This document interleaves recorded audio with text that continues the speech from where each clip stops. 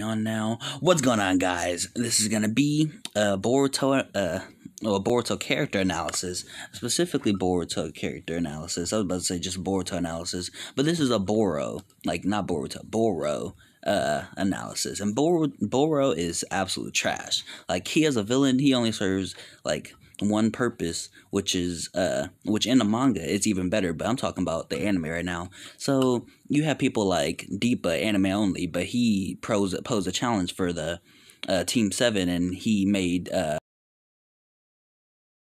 Sarada unlock her two Tomoe Sharingan, right? Delta, she posed a threat and showed how powerful the inner members of Kara could actually be, as well as Victor, but Victor's kind of bad too. I might make a video about him, but but yeah, Victor was more fleshed out in the anime, and he had his one fight against Orochimaru, which I might go rewatch.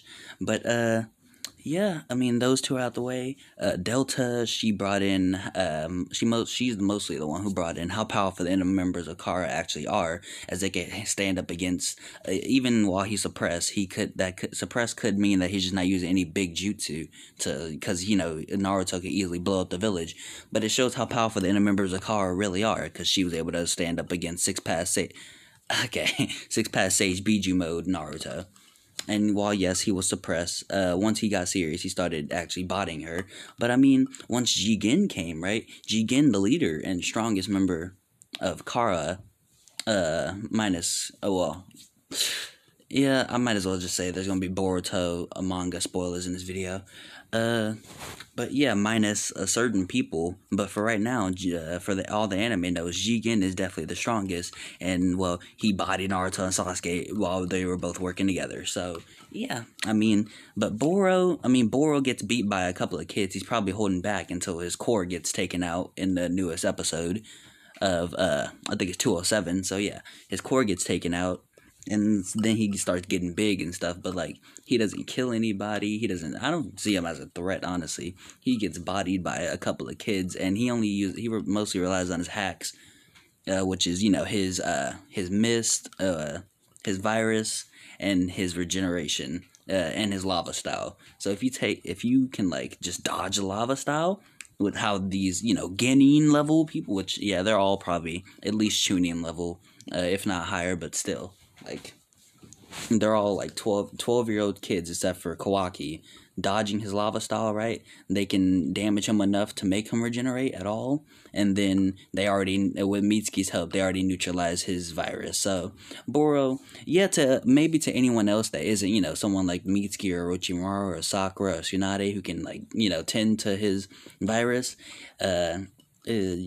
unless if you're not with any of those type of people, then yeah, he's actually a threat with his virus alone, and then his regeneration. If once you like blow off his head or something, his regeneration can be scary. But if you have any of those people, then you're pretty much like you're just done. Like Boro is absolute trash as a villain, and the anime tries to flesh out his character to make him seem like, oh yeah, he's doing this for the infinite Tsukiyomi, healing these villages and stuff, which makes him better in the anime. Like better in the anime character wise, but like power wise, he's just trash, and these kids are saucing on him. And then in the manga, Boro seems to have more of an advantage in the fight, and it's more shown that he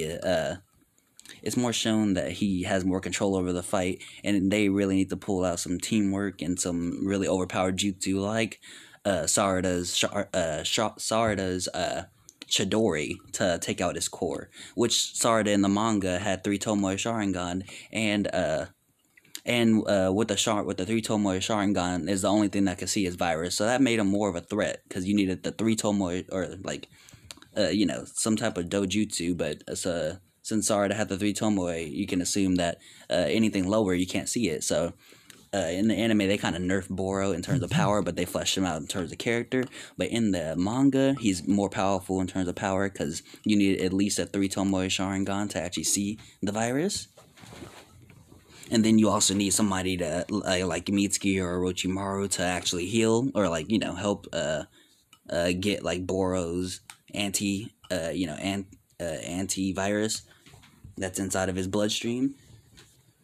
But once you do that, then Boro Boro is just trash. So yeah, he's just not a good villain, and his character isn't fleshed out in the manga either. So yeah, it's just but he does pose more of a threat in the manga than in the anime, but it all ends the same. And the only good part about him is how he brings out Boroshiki.